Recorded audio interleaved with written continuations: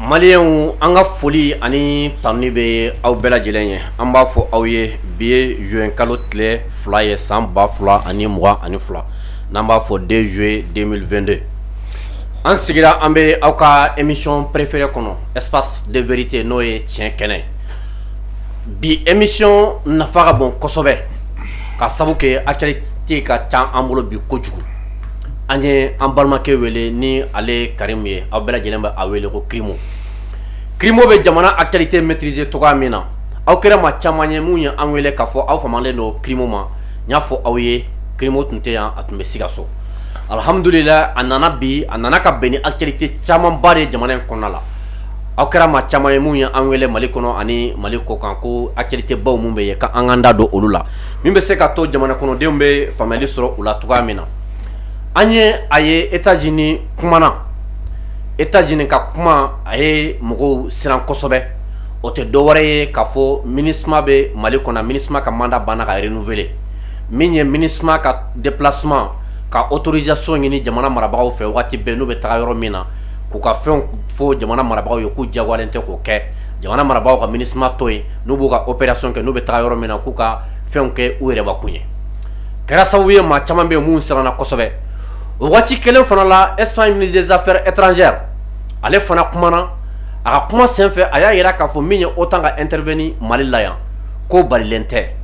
A ka kuma b'a yira don nataw la OTAN bɛ se ka intervenir Mali la yan.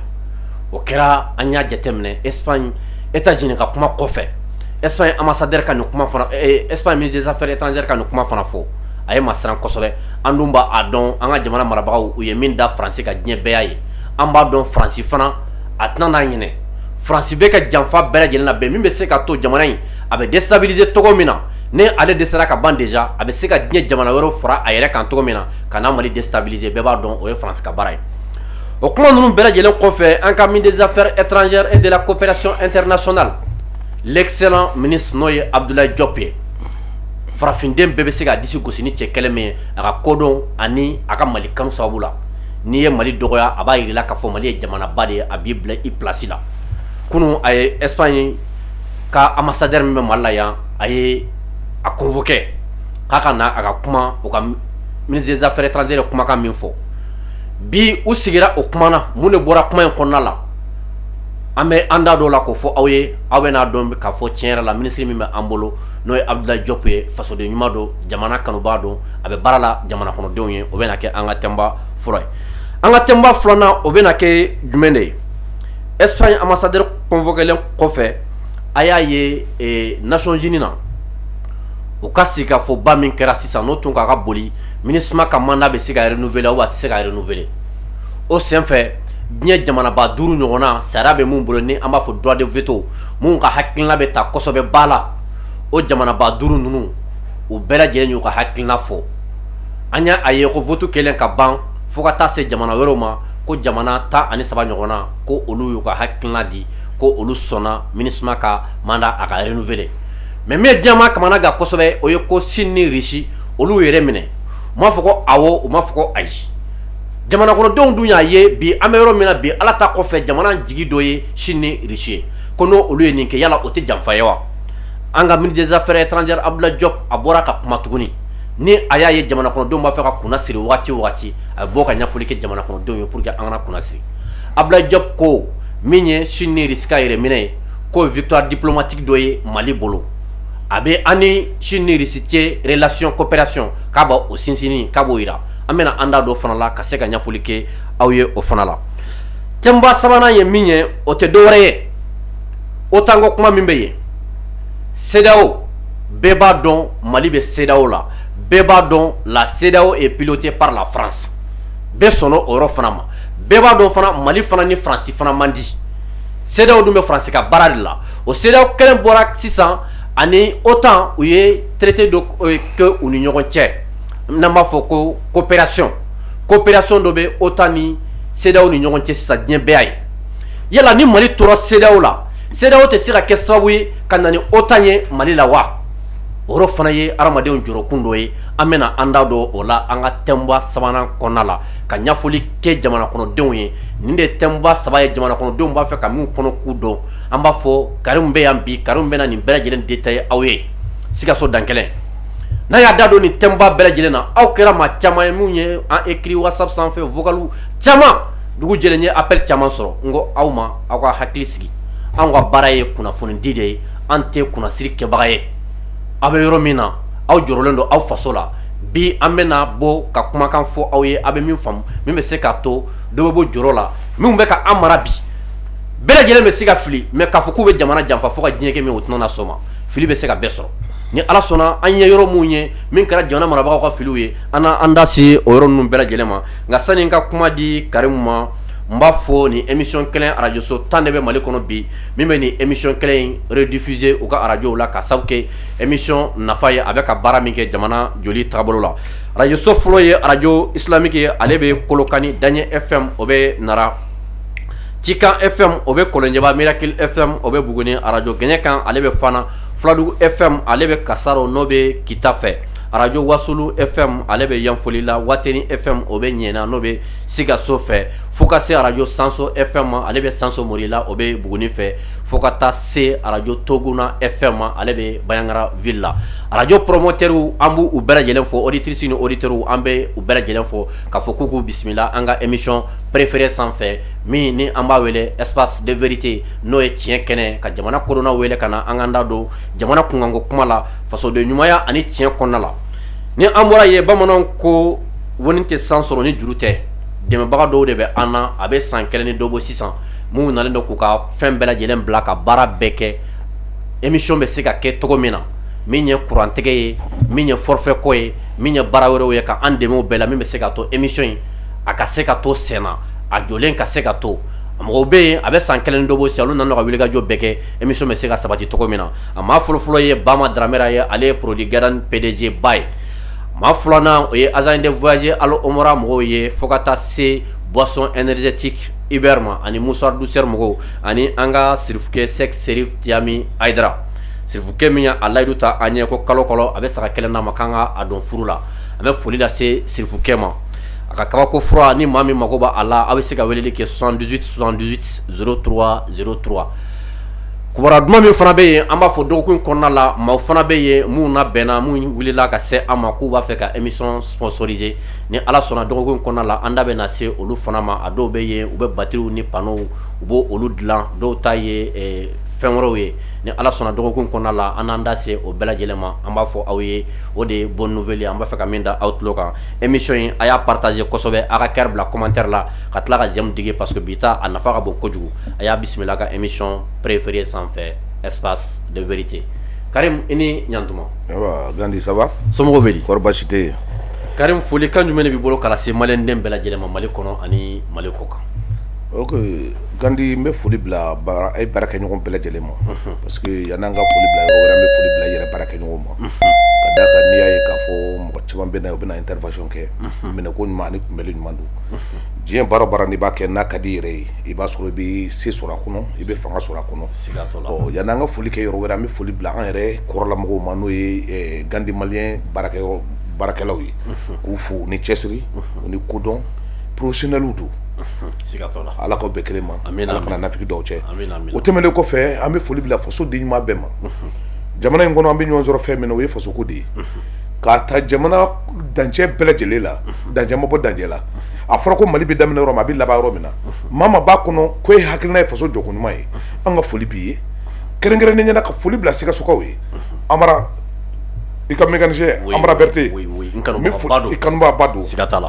Lome Amadu Jurute n'o b'a fɔ ko Mayibo a ko k'a ka foli f'i ye a sigilen don Benin Cotonou a ko waati bɛɛ lajɛlen la n'a ye Gandi maliyɛn dɔrɔn k'ale de bɛ nisɔndiya quoi an bɛ foli bila a ma o kɛlen ka foli bila Sikasoka bɛɛ lajɛlen ma Awusa Tarawele bɛ yen o fana ye pièce feerela ye ko ka Nizeriya ko k'a ka foli d'i ma kɛrɛnkɛrɛnnen ɲɛna Sikasoka bɛɛ lajɛlen ko k'u ka foli ɲɛsin Gandi maliyɛn balakɛla bɛɛ lajɛlen ma k'a ka baara ka d'u ye o la o foli kɛlen k'a ɲɛsin an ka autorité ma ka d'a kan an bɛ diɲɛ baara la an b'a la olu de kama an kɛra u fɛn jumɛn kama faso kanu don ni faso kanu tɛ an tɛ ɲɔgɔn sɔrɔ diɲɛ foyi la an kun t'u dɔn bi bɛ u san 40 jamana kɔnɔ mɛ san 30 malien tout don mais n'i y'a ye bi malien b'u tɔgɔ fɔ bi u bi Assimi fɔ avec des 5 colonels avec Choguel dɔwɛrɛ tɛ faso ko don n'u y'o bila dɔrɔn an bɛ ɲɔgɔn bila ye an ye ɲɔgɔn da ye de n'u y'o bila dɔrɔn an bɛ ɲɔgɔn bila pilaki la adamadenya o de ye quoi an ka foli b'u ye k'u ni cɛsiri bisimila. Karim an b'i yɛrɛ fo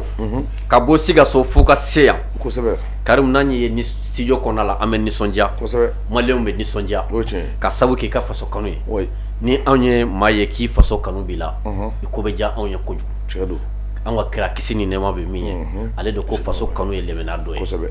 donc o la fasoden ɲuman ni ne y'a ye ne bɛ nisɔndiya. Karim dɔgɔkun kuma cayalen don kosɛbɛ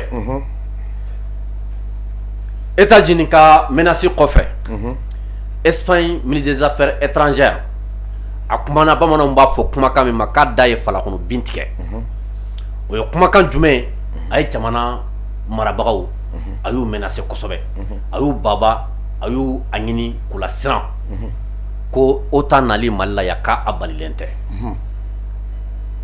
anw dun y'a ye bi diɲɛ jamanaw bɛ yɔrɔ min na bi kɛrɛnkɛrɛnnenya Faransi b'a fɛ k'a ɲini bi Mali bɛ se ka ci togo togo Mali ka se ka ci ta ka sabu kɛ an ye Faransi an y'a yira la k'a fɔ Mali ye jamanaba de fɔlɔ Afrique jamanaw Faransi ka koloniw tun b'u ka jamana to Faransi bolo cogo min na an ka Mali marabagaw min nana olu ko o tɛna kɛ bilen o la an k'a ka sigi ni fɛn bɛɛ ye Faransi ko in na Karim e ka analyse ye jumɛn ni ko ninnu na. Bon Gandi bamananw b'a fɔ ten ko n'i sigira to kunna n'i ma fa i b'i sigi kuma dɔn i sigira waati min i kan k'o dɔn sigatɔ la bi m'an to jamana in ko kuma na kɛrɛnkɛrɛnnen ɲɛna i bɛ ka min fɔ nin ye n'o ye Espagne ministre ka kuma ye ka kɛɲɛ ni jamana ka jira k'a fɔ an ka jamana marabagaw ko OTAN ka nali anw fɛ yan an bɛ ɲɔgɔn baga n'a ye n'i ye réseau lamɛn an ka cɛkɔrɔba ni musokɔrɔba caman bi sa dɔwɛrɛ tɛ jigilatigɛ de don ka d'a kan réseau la kuma mɔgɔw bɛ réseau kan n'olu kumana ka ban a bɛ jigilatigɛ de kɛ k'an ka musokɔrɔbaw faga siga yɛrɛ t'a la walayi siga t'a la est ce que bamanankan faamu bamananw b'a fɔ ten ko ni dugutigi y'i tulo jɔ dugu kuma bɛɛ lajɛlen kɔrɔ ka ale tulo tɛ si mais dugutigi yɛrɛ bɛ sa ayi o ye diyagoya ye o Gani sigatɔ la i bɛ hakɛ to han n bɛna fɛn min f'i ye o bɛ ka min fɔ nin ye OTAN ka intervention yan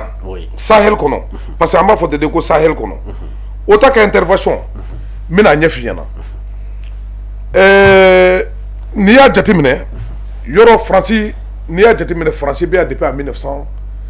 Faransi y'an ka yɛrɛta d'an an ka yɛrɛ labila d'anw ma en 1960 an ni Faransi ka ɲɔgɔn minɛ san 40 Faransi y'o de kɛ ka anw mara a ye jamana minnu sɔrɔ k'u mara san 40 a y'o de k'u bolo an bilalen san 60 ye nin ye o ye san joli ye san 100 Faransi ye politique min ta u nalen anw fɛ yan ka na mara daminɛ ani u y'an bila politique min bɛ Faransi bolo politique in kɔrɔla politique kɔrɔla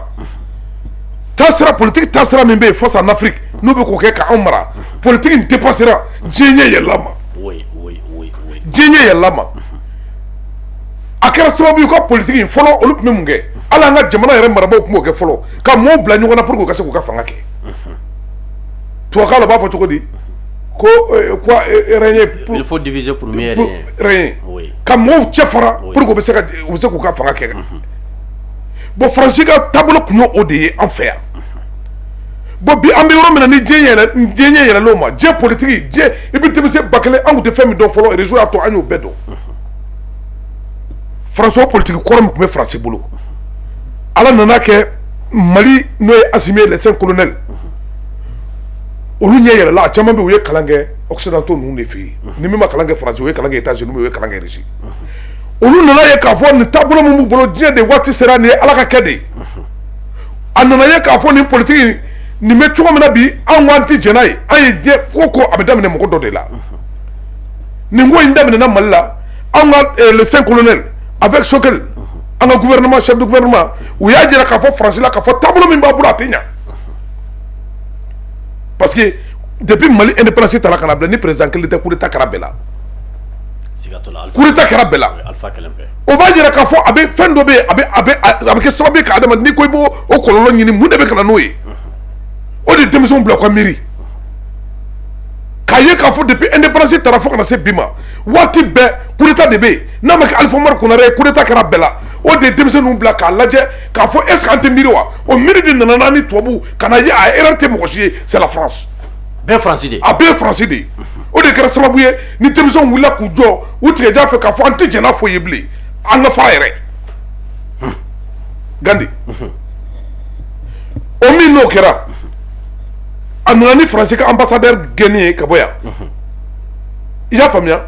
olu nana fɔ k'u bɛ bagabaga de kɛ i y'a kuma b'a la k'a fɔ k'u ka sɔrɔsi minnu b'an bolo Sahel la k'u ka taa o y'a sɔrɔ anw yɛrɛ sigilen don n'o ye an ka jandi mɔgɔw fana ko an ka fanga tigilamɔgɔw fana ko o tuma ko sɔrɔsi minnu bɛ yan k'olu fana ka taa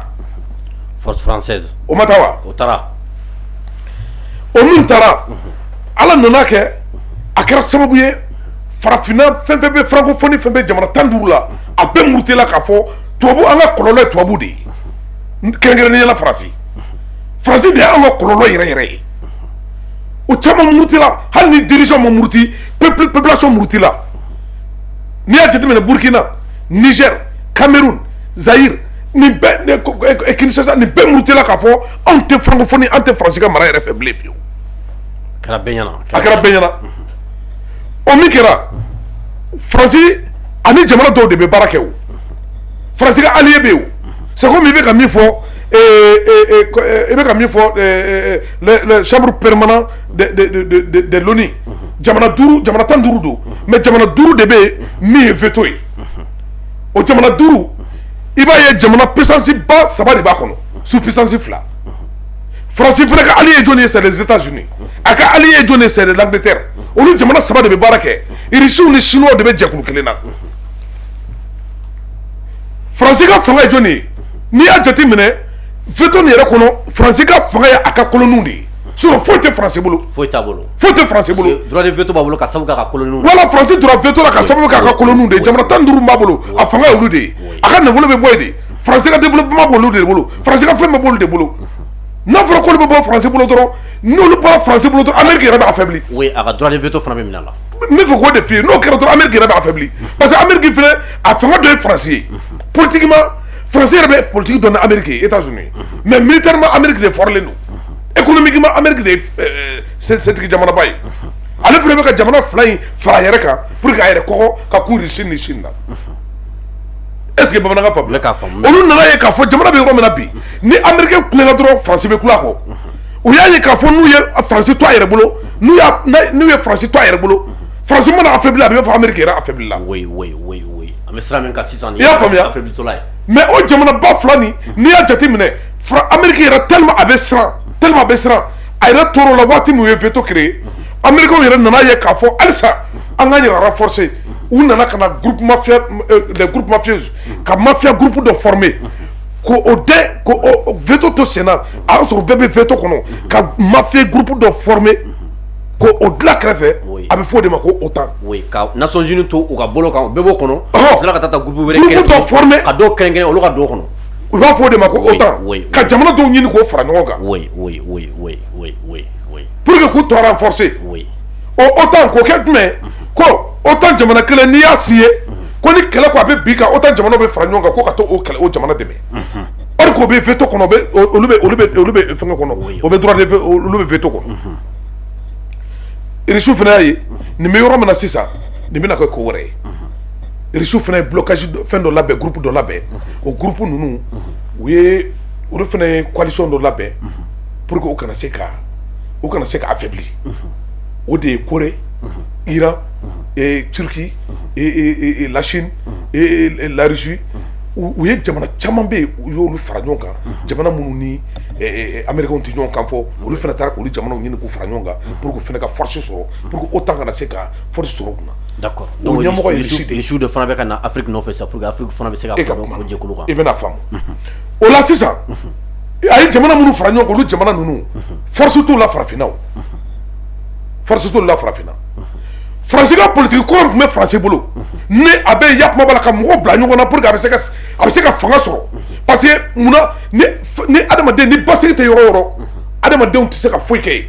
ni mɔgɔ ma basigi a tɛ se ka baara kɛ ni basigi tɛ yɔrɔ min adamaden tɛ se ka hakili tɛ se ka miiri quoi en tant que bawuli bɛ yen mɔgɔninfin hakili tɛ se ka lakunu quoi bon tubabu tun b'o de kɛ k'an bawuli n'o ye kɛrɛnkɛrɛnnenya Faransi a b'a ka koloniw bawuli n'a ko k'a bɛ fɛngɛ a y'o kɛ Congo a y'a kɛ yɔrɔ caman n'a ko a bɛ basigi waati min k'a fɔ a bɛna réfléchir k'a fɔ a bɛna hakili bɛna di hakili bɛna ni ɲɛtaga fasugu dɔ ye a bɛna ko dɔw ye o bɛna ni gɛlɛya dɔ ye k'o sigi aw ka sigida la pour que aw kana se k'aw yɛrɛ sɔrɔ. i n'a fɔ Libi ninnu cira cogo min na. Libi ninnu cira cogo min na bon n'i y'a lajɛ o politique de kɔrɔla o politique min kɔrɔla directement u nana ni djihadisme ye terrorisme ye Mali kɔnɔ terrorisme i bɛna lɔ k'a fɔ waati u nana n'a ye Mali kɔnɔ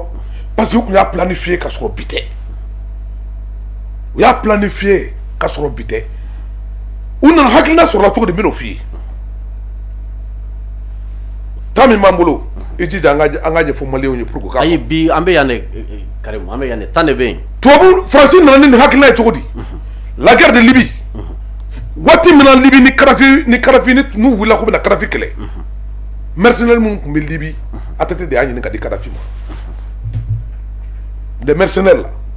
mercenaires minnu bɛ yen n'u nana yan n'a fɔra ko ATT ye 1,50 d'u ma Libyɛnw tɛ o maliyɛnw de don ATT de ye o ɲini mercenaires ninnu ɲini k'a di Kadhafi ma pour que o ka se ka Kadhafi dɛmɛ face à ses ennemis na tubabu Faransi bɔra o de kalama est-ce que kuma faamuya. n bɛ k'a faamu. Kadhafi kɛlɛkun ye jumɛn ye u fɛ waati dɔ tun kɛra n'i y'a jateminɛ Kadhafi ka bolofara tun bɛ farafinna fan bɛɛ Kadhafi y'a ɲini farafinw ka fara ɲɔgɔn kan ka tɛgɛ di ɲɔgɔn ma ka kɛ kelen ye. oui. Alpha sigira a ye voyage min kɛ Libye a ma kɛ diɲɛ jamana si la ATT fana bɛ ten ni gɛlɛya kun nana dɔrɔn n'u ka budget économique kun ko k'a bɛ fɛnkɛ cogo dɔw u bɛ taa Libye Kadhafi b'u dɛmɛ Kadhafi ye Libye wari ta k'a don yan n'i y'an ka hôtelba ninnu lajɛ avec des stations ni banque ninnu caman Kadhafi kun commencera ka investir en Afrique ka to ka farafinna fara ɲɔgɔn kan tubabuw y'a ye taabolo kelen min bɛ bi Kadhafi de tun bɛ ka na n'a ye n'u ma farati u ka koloni bɛna b'u bolo u bɛ kɛlɛ min na bi Kadhafi de y'a daminɛ Assimi minnu bɛ min na bi k'u ka koloniw namurutu ma Kadhafi de y'a daminɛ Kadhafi fagakun kɛra o de ye kuma teliya o kɔfɛ mɔgɔ minnu bɔra Libye n'o ye combattants ye n'u nana yan kɛlɛ bannen ko u ye ATT wele k'a fɔ kɛlɛ banna an bɛ fɛ ka segin an faso la ATT y'u reçoit ATT de taara n'u ye e ma ye kɛlɛ kɔnɔ ATT Jacob Zuma ni ATT kelen de taara Benghazi k'a fɔ k'u bɛ taa bɛnkan don u ni ɲɔgɔn cɛ f'u tun bɛ na rebelle tun bɛ n'u attaquer o f'u labɔra i bɔra o kalama voilà bon u lanana olu nana bon n'i y'a jateminɛ o kɛlɛ de nana ninnu y'a ye k'a fɔ ko n bɛ yɔrɔ min na n'i y'a mɛn k'a fɔ i bɛ mercenaire di mɔgɔ wɛrɛ ma o y'a sɔrɔ bɛɛ yɛrɛ de b'i ka jamana kɔnɔ u nana jateminɛ sisan ka sɔrɔ sisan ka ninnu ka na ni terrorisme ninnu ye ka na terrorisme ninnu chuter an fɛ yan ka na ni kɛlɛ ye Kɔna kɛlɛ l'attaque de Kɔna et de consorts là coup d'état kɛra dɔrɔn u sinna ka Kɔna rebelle ninnu djihadistes ninnu labɛn ka avion ta ka na olu de avion ta ka na n'u ye ka n'u bila Kɔna ka sɔrɔ ka u de b'a sɔrɔ ni an ka transition cɛ in tɔgɔ bɛ taa Jɔnkuda o b'a sɔrɔ Jɔnkuda bɔra Faransi u y'a jira k'a fɔ k'olu bɛ position na waati waati ni Jɔnkuda y'u wele olu bɛ na ko labɛnnen don u y'o fɔ Jɔnkuda ye ka sɔrɔ ka mɔgɔ ninnu ta k'u pratiquer Jɔnkuda ka sɔrɔ sisan ka wele bila u ma u nana o yɔrɔ bɛɛ u labɛnna cogo min na n'u nana cogo min na i b'a dɔn k'a fɔ ninnu k'u labɛnnen don ka sɔrɔ o don tɛ ɔ bon n'aw nana n'o ye ni Ala nana k'a ka politique kɔrɔ a kɛra sababu ye bi minnu nana fanga na olu hakili kunna u y'a ye k'a fɔ a bɛ ka politique min ta ka farafinna sɛgɛrɛ farafinna ka intérêt t'a la farafinna ka foyi t'a la a bɛ kɛ sababu ye ka anw ka jamana ɲɛtaa kun kari a bɛ kɛ sababu ye ka denmisɛn minnu bɛ na sini k'u ka mɔgɔninfinya don kalama na an ka transition murutira kuma in lamɛn dɛ parce que mɔgɔ minnu bɛ k'a lamɛn bi a bɛ kɛ sababu ye ka adamaden kalan sini ko dɔw la nin ye révélation baw ye kosɛbɛ jamana kɔnɔdenw mako bɛ mun na kosɛbɛ quoi Ala nana kɛ an ka transition n'o ye Assimi Goïta olu nana hakili nana kunu u nana ye k'a fɔ politique min b'a bolo an tɛ jɛn n'a ye Faransi kamana ganna u ye fɛn fɛn ta an de bɛ kuma bi n'o tɛ Faransi ɲininka ni Ablaye Mayiga bɔra télé la dɔrɔn Faransiw b'a fɔ ko putain le Mali apprend le coup i b'o de mɛn tubabu da bɛɛ ni Ala n'a kira cɛ Ablaye Mayiga n'u ye ne voyagera o ni Ablaye yɛrɛ télé la i b'a mɛn tubabu kɛ ta putain le Mali apprend d'autres coups ko k'an ye coup ba ta Faransi mais anw sigilen bɛ an t'o dɔn oui Faransi yɛrɛ siranna peuple français yɛrɛ siranna ko nana gɛlɛya ka gɛlɛya n'u ko bɛ yɔrɔ yɔrɔ ta a bɛ k'u bolo échec ye ni Faransi ko a bɛ yɔrɔ yɔrɔ ta a bɛ k'a bolo échec ye fo ka tila k'u ka médias bɛɛ suspend Mali kɔnɔ k'u bɛɛ gɛn hali u ka coopérants même des coopérants français u y'a bɛɛ gɛn a nana ye sisan bon an bɛ yɔrɔ min na jamana tɔw fana bɛ ka muruti Faransi ma hali n'u ka dirigeants ma muruti peuple bɛ ka muruti o yɔrɔ bɛ Joe Biden il a vu n'u ma France dɛmɛ n'u ma France États-Unis n bɛna kuma de f'i ɲɛna mɔgɔ bɛ min fɔ can tɛ dɛ les Américains ils ont vu que n'u ma France dɛmɛ u mago sara ni France déstabilisera ka décrédibiliser a bɛ kɛ sababu ye k'olu yɛrɛ ka jɛkulu u bɛ blocage min kɔnɔ k'a affaibli parce que ni Russie ye fanga sɔrɔ farafinna Russie mana na b'an ka dugujukɔrɔfɛn an b'a tila ni Russie nana an n'u bɛ jɛ ko dɔw de la o tubabu teri tɛ tubabu la sa hali tubabu tɛ hali suraka teri tɛ suraka la suraka bɛ taa intérêt de nɔfɛ mɔgɔ jɛmanaw tɛ kelen ye c'est des intérêts i ma kuma faamu wa hali ni muso jɛra a intérêt bɛ bonya n'a kanu ye hali ni muso jɛra muso jɛmanw bɛ yan hakɛ to n m'o fɔ dɛ gadi est-ce que kuma faamuya teri tɛ farajɛ la dɛ an kana to a fɔ ko français dɔrɔn dɛ teri tɛ farajɛ la quoi farajɛ bɛ intérêt de kɔ an b'o fɔ k'o bɔ dɔn na pap Russie o Américain o Anglais o tubabu n'a fɔra i ɲɛna ko maa fari jɛra ka ban a bɛ intérêt de calculer a ka teriya t'o bɛɛ bɔ quoi ni nafa t'i la mago t'i la mais dɔ de ka fisa dɔ ye dɔ ka musalaka cogo de ka fisa dɔ ka intérêt tila cogo ka fisa dɔ ta ye ba fa ni kiriti o France ta ye kuma banna fo maliyɛn k'o faamu ala y'a kɛ ko nana gɛlɛya ka gɛlɛya ka gɛlɛya Américain ka président Joe Biden il a convoqué le président français Emmanuel Macron a y'a wele avec le Sénat américain ka wele ka na sigi cɛ n terikɛ ko sera yɔrɔ min na n'an ma dɛmɛ don i ma ni ala cɛ i bɛ to nin na siga t'o la Mali ko in tun bɛ France ka ko Mali ko bɛ na a y'a cɛ a ye sabali ko ye mɔgɔ bɛ ka fɛn fɛn fɔ a bɛɛ kalo a bɛɛ ni ala cɛ ne de bɛ k'a f'i ye a bɛɛ kalo ye a bɛɛ kalo mɔgɔ dɔw bɛ réseau kan n'u kumana an ka musokɔrɔba caman bɛ ka sa bi dɔwɛrɛ tɛ dɛ walahi réseau la mɔgɔ dɔw ka kumakan don n'u y'a fɔ ka ban a bɛ jigilatigɛ an ka mɔgɔkɔrɔba ninnu t'a ɲini k'a faamu i b'a sɔrɔ crise cardiaque b'a dɔw fa quoi bɛɛ tɛ man ka don jamana kuma na o de y'a to tubabuw b'a fɔ ko les journalistes de carte de presse o tɛ Mali la o journalisme carte de presse tɛ yan i bɛ maa min min ja da min min ni c'est à dire gɛnde fɔ in bɛ ka ko ja mɔgɔw ye i tɛ bɛɛ ta i tɛ bɛrɛ so i ka plateau kan o de y'a to i ko ka di mɔgɔw ye o de y'a to adamadenw y'i ka ko minɛ sérieux la parce que diɲɛ fɛn o fɛn n'i b'a kɛ i ka sɔrɔ danaya dɔ b'i yɛrɛ bolo quoi i yɛrɛ dalen b'i yɛrɛ la cogo dɔ la quoi Américain ka président Joe Biden a y'a wele a ko Emmanuel Macron ma ko n'an bɛ i dɛmɛ i bɛ to nin na politique min b'i bolo politique in bila le Sénat américain u y'a fɔ a ye le Sénat français u y'a fɔ a ye an yɛrɛ y'a denw mɛn réseau kan a ko bi a bɛ ka jadisi minnu bila yan o jadisi ninnu u bɛ ka aw ka koloniw tɔɔrɔ n'u y'u tɔɔrɔ u bɛ boli ka taa min u bɛ t'u yɛrɛ kalifa don Russie la n'u y'u kalifa don Russie la ni Russie kɛra sababu ye k'u dusu suma i b'a sɔrɔ mɔgɔ wɛrɛ bɛ n'i bolo di a tɔ laban bɛ kɛ Russie bɛ sigiyɔrɔ sɔrɔ a b'i fanga sɔrɔ e bɛ affaibli nafa tɛ k'i la bilen an bɛna fɛn min kɛ n delila k'a fɔ plateau kan mɔgɔ minnu bɛ lamɛn u delila k'a fɛ n delila k'a fɔ plateau kan n ko Emmanuel Macron taara Kuwait a taara ka taa f'u ɲɛna k'u kana financement di bilen olu tɛ finance di Kuwait ma bilen a k'a di jadisiw ma o tɛ bi ye dɛ o y'a sɔrɔ mɔgɔ ma bɔ a kalama mais bi mɔgɔ nana bɔ a kalama k'a dɔn k'a fɔ tubabu murutira ka jadisiw terrorisme formé est-ce que kuma faamu Américains y'a jira la k'a fɔ cɛ ko bɛ yɔrɔ min na il faut que an k'a lajɛ autant ka wuli k'i dɛmɛ Sahel kɔnɔ de neutraliser des terroristes ka terrorisme ninnu neutraliser n'a m'u neutraliser ka bɔ yen i kana to i ka segin i ka koloniw ma a ka segin a ka kuma wallahi ni ala cɛ n'an ma sigi n'an mana ka ninnu neutraliser k'i dɛmɛ k'u neutraliser Sahel la n'an taara nin cogo la Russie bɛ yɔrɔ bɛɛ dominer Russie bɛ ka Afrique minɛ autant ka don Sahel ko kuma na n bɛ k'o de ɲɛf'i ye mɔgɔ caman b'a fɔ OTAN na minɛ OTAN bɛna kun jumɛn na a bɛ na ko nalomaw don o bɛ wuli dɔrɔn ka na parachute yan tubabu tɛ kɛlɛ k'a kun fɛ dɛ tubabu tɛ kɛlɛ k'a kun fɛ tubabu bɛ intérêt de lajɛ ka na kɛlɛ kɛ n m'a dɔn n'i y'a faamuya anw de bɛ ko lajɛ dɔrɔn k'a fɛ a bɛɛ kɛ bolokuru kɛlɛ ye tubabu t'o kɛ u ko an bɛ na il faut que f'an k'i dɛmɛ parce que bi an bɛ yɔrɔ min na bi i nana Barkhane Tankoba aw minnu tun bɛ Sahel la vous êtes échec. Aujourd'hui, c'est l'État, comment ça s'appelle? L'État local là, l'État malien, le gouvernement malien. Au lieu de qu'on a fait mettre à main, on va terrorisme, ils sont en train d'avancer en puissance. Ni un peuple d'Aroulabi, parce qu'on veut qu'à clé de quai. On veut qu'à clé de quai. Oui. Est-ce qu'il y a pas femme? Oui, il y a pas faux.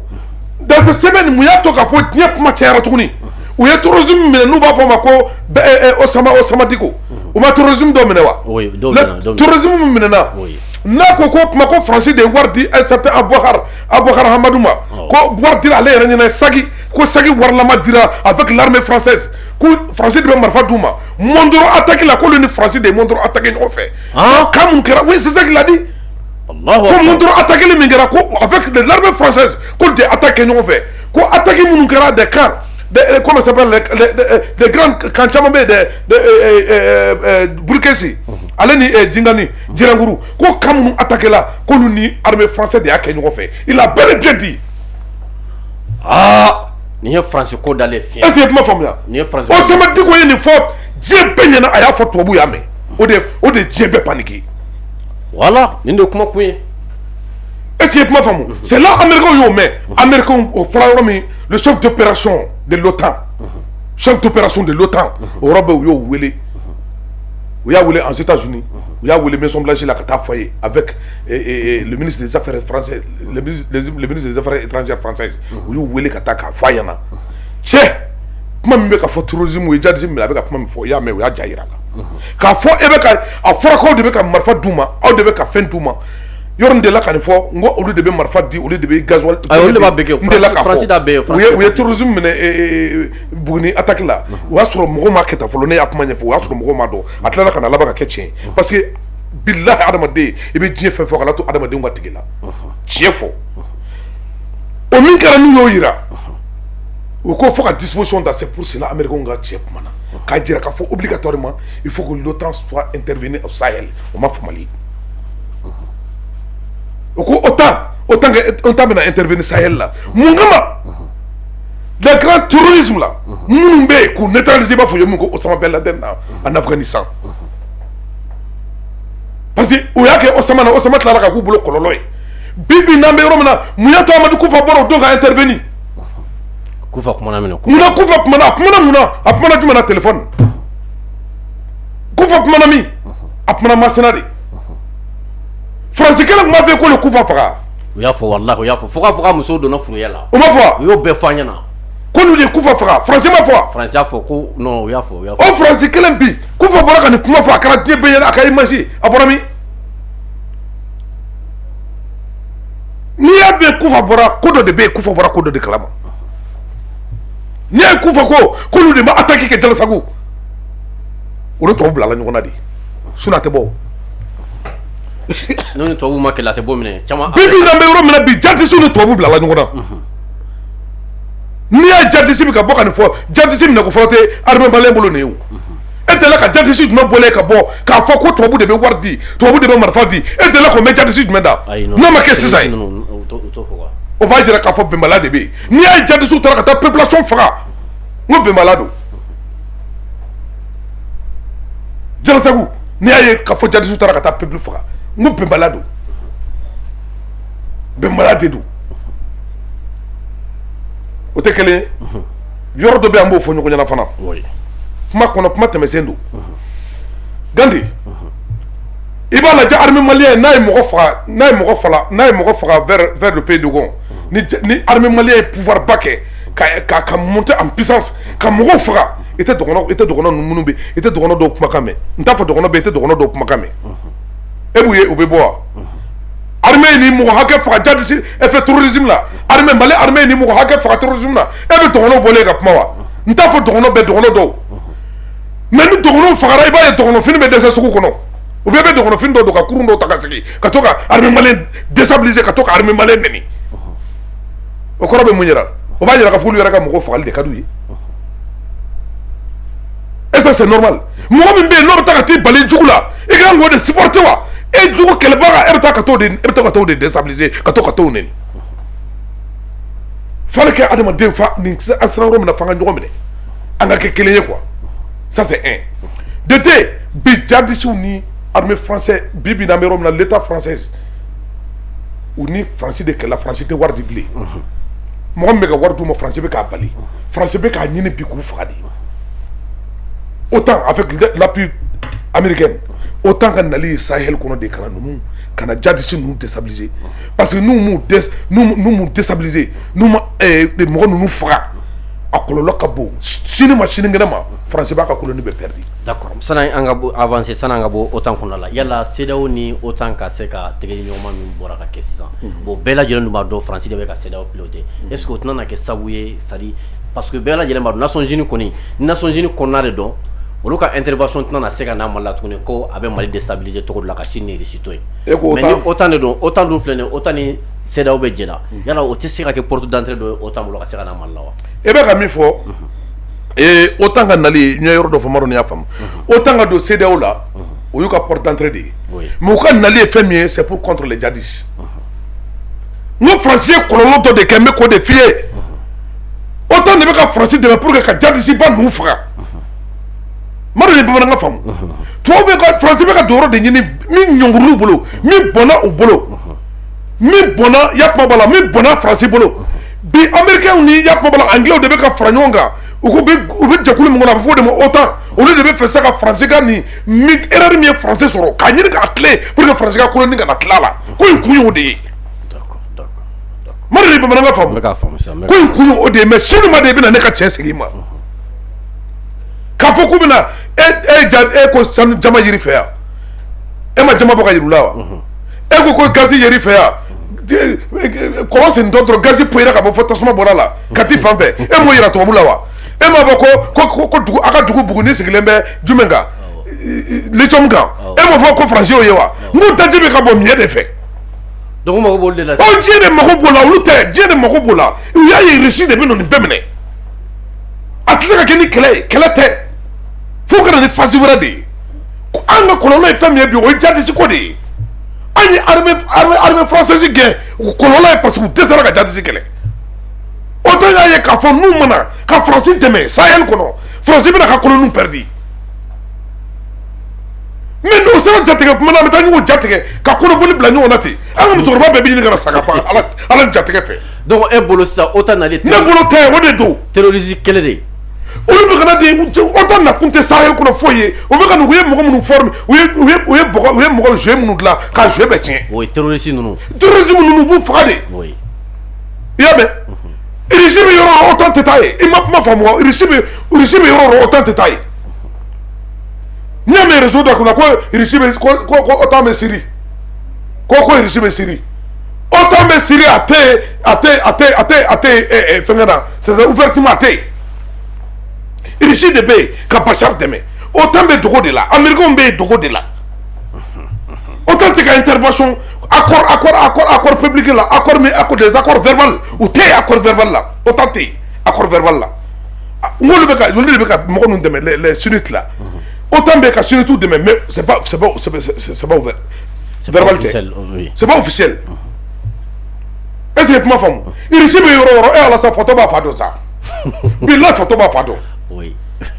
Russie bɛ a bada tan mɛn ko mɔgɔ ninnu bɛ na mais n'u ye djihadiste ba ninnu faga sisan n'u ye terrorisme ninnu faga i ye kuma faamu i b'a ye u bɛ yɔrɔ minnu na sisan Russie tɛ don yɔrɔ sɔrɔ yen bilen i ye tɛ ka kuma faamu. n bɛ k'a faamu. Sahel Mali ko tɛ dɛ n'u donna Sahel la n'u ye fagali kɛ n'u ye terrorisme ba ninnu faga i b'a sɔrɔ olu tɛ temps sɔrɔ bilen k'u tɛgɛ di Russie ma. E m'a faamu wa. est-ce que e yɛrɛ bolo bi a ma se waati la sa Mali ka fɔ Russie ka n'a ka base sigi teliya la joona wa. parce que ni ɲɛmɔgɔ ye temps ta olu fana kɔ bɛɛ bɛ se ka kɛ gɛlɛya dɔ ye. e ma kuma faamu ji bɛ don kɔ la dɔɔni dɔɔni de. aw mɛ ko jateminɛ cogo min na jamana mara tɛ ten bi Assimi ninnu hali i bɛ ka min fɔ conseil permanent la le conseil permanent des Nations Unies droit min loi min taara o don n'o ye MINUSMA ka toli ye an fɛ yan ani MINUSMA ka taali Issa Konfuru de bɛ yen comme le représentant du Mali aux Nations Unies Issa Konfuru ale de tun ye k'a sɔrɔ Modibo Sidibe bɛ yen ale de tun ye ministre ka chef de cabinet ye Modibo Sidibe kelen kelen quand il était premier ministre le chef de cabinet c'était Issa Konfuru i b'a kalama n bɛna min f'i ye e dara la ko Mali k'a fɔra ko Espagne ni ou bien américain ko ko anw tɛ se ka MINUSMA bali ko MINUSMA ka opérer Mali kɔnɔ k'u bɛ opérer cogo min ka d'u ye n'accord kɔni signé na u bɛ taa u bɛ yala kɔni sa accord signé e dara la ko Mali bɛ kuma min fɔ Mali b'o fɔ k'a sɔrɔ a ni Russie ma kuma f'i ka kɛ fatɔ ye ko o fasugu miiri quoi f'i ka kɛ photo ye ko hakili miiri ko Mali bɛ kuma ka sɔrɔ ni Russie ma kuma Mali bɛ kuma ka sɔrɔ ni Chine ma kuma mun y'a to Chine ni Russie ma kuma i b'o dɔn wa k'olu yɛrɛ minɛ mɔgɔ caman b'o yɔrɔ faamu yɛrɛ minɛ tɛ dɔwɛrɛ ye n'i y'a mɛn ko Lamine Souma c'est la force des Nations Unies force des Nations Unies don Chinois b'a kɔnɔ Russie b'a kɔnɔ Russie ka nafa b'a kɔnɔ Chine ka nafa b'a kɔnɔ o bɛ se ka kɛ n gɛrɛ ye pantɔ k'u yɛrɛ kɔnɔ fara wa ayi non ma nɔgɔ o dun bɛɛ b'a la yen u ye san kelen de d'u ma u y'u la convaincre ni min ye n bɛn'o f'i ye u y'a yir'u la k'a fɔ bɔn aw bɛ yɔrɔ min na bi n'an ko ka taa bi n'i y'a jateminɛ vote de bɛna kɛ a fɔra ko élection bɛna labɛn Mali n'i ye jateminɛ Mali ka bon Mali armée ma Mali effectif min bɛ Mali bolo e ma ye Mali tɛ ka kan sigi bilen yan o bɛ patrouille mixte de kɛ yan sɔrɔsi bɛɛ bɛ fara ɲɔgɔn kan ka intervention kɛ jadisiw n'u bɛ fami an bɛ taa u nɔfɛ k'u ɲini k'u faga ma an tɛ sigi yɔrɔ kelen ka brigade former min ye ka cantonner yɔrɔ kelen armée tɛ k'o kɛ parce que effectif min bɛ Mali bolo Mali ka bon Mali sɔrɔsi effectivement i dar'o la kɔni o la sisan i b'a ye n'i ye a ko bɛɛ jateminɛ i bɛna a ye k'a fɔ autant ka fɛn tɛ foyi ye autant ka tableau tɛ foyi ye autant bɛ yan de pour déstabiliser u bɛna de pour que ka se ka mɔgɔ ninnu combattre quoi k'u bɔ yen mais Chine ni Russie ka yɛrɛminɛ kɔni o tɛ baasi est ce que Chine ni Russie ka olu ka vote la olu k'u yɛrɛ minɛ est ce que o ma dépend Mali marabagaw ka position na parce que Mali marabagaw bɛɛ lajɛlen b'a dɔn marabagaw fɛla tun tɛ min ye MINUSMA ka tagali ye marabagaw fɛla tun t'o ye mais olu m'u ka position claire di parce que u t'a fɛ MINUSMA ka taa mais yɔrɔ dɔw de bɛ yen mun tɛ Mali marabagaw fɛla est ce que o de m'a to Chine ni Russie ne y'o de f'i ye n ko a fɛnkɛ tɛ dɔwɛrɛ ye an ka jamana ka bon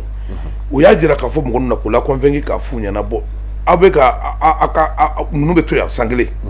fo élection ka ban élection ni élection banna Mali b'i préparer san kelen de b'u bolo o y'a sɔrɔ an ka président Kalafili ma ban san kelen min b'u bolo a bɛ ban ka sɔrɔ Assimi bɛ transition na halisa san 2 ani kalo 4 de b'u bolo a fɔra ko san kelen ka d'u ma jusqu'à 2023 o 2023 la Mali b'a lajɛ k'a yɛrɛ positionner yɔrɔ minnu bɛ yen yɔrɔ minnu man ɲi k'a yɛrɛ positionner u ni Russiw kumana u ni Chinois kumana la Mali ni Chinois kumana la Mali ni Russiw kumana la ma dɔn ni bamanankan faamuya an ka marabaa jɛkulu ninnu u ma foyi ta ka sɔrɔ u ni Russie ni Chinois ma accord min kɛ a tɛ yen bɛnkan de b'u ni ɲɔgɔn cɛ o ye kelen ye Chine ni Russie fana ka fɛnkɛ bɛ MINUSMA u b'a kɔnɔ quoi Chinois b'a kɔnɔ Russie b'a kɔnɔ Russie ka nafa b'a kɔnɔ Chinois ka nafa b'a kɔnɔ mais an bɛ ka fɛn fɛn ta nin ye anw ni Russie kumana Russie ma ta kun fɛ ka sɔrɔ u n'anw ma kuma Chinois ma ta kun fɛ ka sɔrɔ u n'anw ma kuma. D'accord ni an bɔra o yɔrɔ la très rapidement an y'a ye k'a fɔ min ye Espagne ministre des affaires étrangères ale fana ye kuma dɔ fɔ ko o temps ka nali ma baliya o kɛra sababu ye fo Espagne ka ambassadeur min bɛ Mali la yan an ka ministre des affaires étrangères n'o Abdoulaye Diop ye k'a tun ye o wele mais sɔgɔmada in na an ye communiqué dɔ ye Espagne ambassadeur ye communiqué min kɛ communiqué min kɔnɔna la o y'u ka position clarifier k'a fɔ olu ni Mali ni ɲɔgɔn cɛ bɛn ani kelenya de bɛ olu ni Mali ni ɲɔgɔn cɛ ko min ye kumakan ye u cɛla kumakan na e ka yeta o ye jumɛn wa ne ka yeta ye min ye ministre ye kuma min kɛ ministre kɔni kumana a yɛrɛ kunkanko kuma de la ministre kumana yɛrɛ c'est-à-dire yɛrɛ jabɔ kuma de la Espagne ministre kumana yɛrɛ jabɔ kuma de la ale bɛ ka min fɔ n'i y'a jateminɛ olu yɛrɛ jatelen tɛ yɛrɛ non mais ko olu tɛ n'i ye Faransi ni Europe jateminɛ olu bɛ Espagne kɛ farafinna jamana de ye Espagne Espagne jatelen tɛ o Espagne c'est le porte d'entrée de l'Afrique olu b'a jateminɛ k'a fɔ farafin hakili de bɛ Espagne la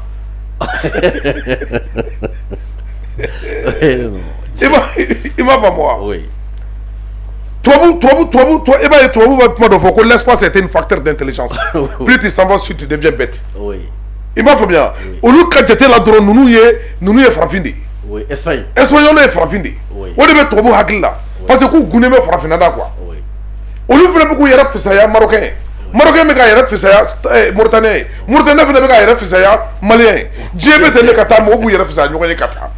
est-ce que kuma faamuya bon n'i y'o jateminɛ i b'a ye k'a fɔ ministre ye kuma min fɔ État tɛ se k'o responsabilité ta a ye kuma min fɔ a y'a k'a yɛrɛ de ye sur l'intervention c'est comme dɔ ka na e ɲininka sisan ça n'engage que toi i ye hakilinata de fɔ mais a ma fɔ officiellement c'est pour cela ambassadeur ko a ti foyi engagé a tɛ Espagne gouvernement a t'a engagé quoi k'a kuma n'a yɛrɛ ye de o jatigɛ mun bɛ s'anw ma ne filɛ ka kuma nin ye ne bɛ ka kuma gouvernement de tɔgɔ la wa ne mana kuma fɔ ça l'engage que moi ou bien mais tɛ n'a fɔ ko Mali y'a fɔ mais ni maliyɛn bɛɛ jatigɛra ko Kirimo ye nin fɔ e kɔni jatigɛ k'i fɔ n'o tɛ Kirimo ka kuma ça tɛ taa yɔrɔ si est-ce que ministre ka kuma kɛra ten de o de y'a to u ye ambassadeur ko ça l'engage que lui ça l'engage pas lui l'état mais ni tun juru la est-ce que Espagne ambassadeur ni tun t'ale fana gɛntɔ la i n'a fɔ France ta ninnu gɛnna cogo min n terikɛ o fɔra cɛ bɛɛ ɲɛna i y'a faamuya a tɛ maa to ni Ala na kɛra tɛ taa ni ka segin bana don n'i ye manamana ko kɛ i bɛ gɛn de maliyɛn tɛ dɔwɛrɛ dɔn Assimi y'o de fɔ cɛ bɛɛ n'i ko i bɛ jamana nin déstabiliser i bɛ gɛn mais fɛn dɔ bɛ yen n bɛn'o fɔ ɲɔgɔn ɲɛna o erreur n m'o fɔ Assimi ye bi ka segin nin kan i bɛ diɲɛ jamana bɛ fara ɲɔgɔn kan e k'a lajɛ bi i b'a lajɛ i bɛna tigɛ anw ka politicien ninnu na politicien yɛrɛ dɔrɔn tɛ dɛ a lamɛn minnu bɛ yen an bɛ tila ka s'o ma an bɛ tila ka s'o ma bisimila d'accord bon ni an bɔra o yɔrɔ la an bɛ avancer juste n'i ye CNT maaw ka kuma jateminɛ CNT ye loi min voté a loi a taara di an ka jamana marabagaw ma n'o ye Assimi ye nka sani loi in tun ka di Assimi ma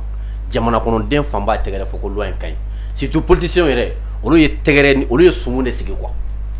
Mali politiciens ye sumun sigi nisɔndiya bolo k'a fɔ tiɲɛ yɛrɛ la loi in k'a ka ɲi kosɛbɛ mais an y'a ye Assimi nalen ka loi in promulguer o ka kuma cayalen don kosɛbɛ tuguni dɛ min ye Assimi ka candidature ko ye u bɛ ka o don siga la min ye militaire ka candidature ye u bɛ k'olu bɛɛ lajɛlen don siga la u bɛ ka fɛn caman fɔ a kɔnɔ tuguni ko olu man ɲi yala i ka yeta jumɛn kɛrɛnkɛrɛnnenya Tako yɛrɛ kuma na ok n terikɛ n bɛ fɛn kelen f'i ye quoi i bɛ Mali politicien de lajɛ i b'a ye métier tâche la ayi u ye kalan kɛ ka bɔ lycée la professionnel école professionnelle tɛ dɛ u ma école professionnelle si kɛ école administrative u y'o de kɛ baara ma sɔrɔ u taara politique la u ye wari sɔrɔ u ye jamana impôt ani jamana impôt ani fantan wɔsi ani yatimɛ wɔsi u y'u ka diɲɛlatigɛ bɛɛ kɛ ka to k'u soɲa u kɛra so kɔgɔlen de u ye miliyariw détourné jamana kɔnɔ yan a bɛɛ ni Ala n'a kira cɛ u ye marifa ci Mali sera yɔrɔ dɔ la i b'a kalama anw ka jamana kun sera yɔrɔ dɔ la f'i ka kɛ i bɛ bagabaga de kɛ n'i da ye ka wuli ka mankan ci marabaa ye so ye a kɛrɛfɛmɔgɔw ye so ye u b'a kalama ko jamana minnu bɛ gouvernement na u bɛ ka jamana nafolo de détourner olu b'o kalama u fana bɛ wuli ka mankan ci politiciens n'u ye mankan ci jamana marabaga bɛ siran a b'u ta ka gɛrɛ u yɛrɛ la pour que a kana u kɔ bɔ fiɲɛ la pour que u bɛɛ kana dɔn dun quoi pour que u bɛɛ ka dɔn dun Mali kun sera o cogo de la n'i y'a ye coup d'état cayara Mali la nin dɔrɔn de don hakɛ de bɛ juguya hakɛ de bɛ caya mɔgɔ minnu bɛ ka mankan ci bi métier t'a si la c'est des fainéants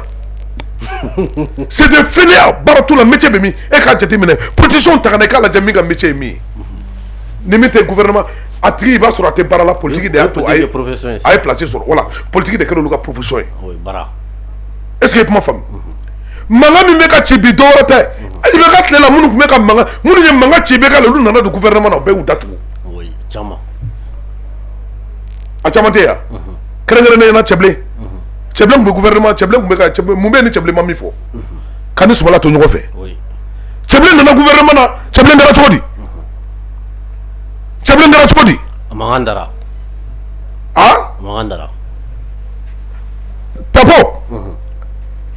Tako nana gouvernement na waati min na Tako bɛ yen Tako ye mun fɔ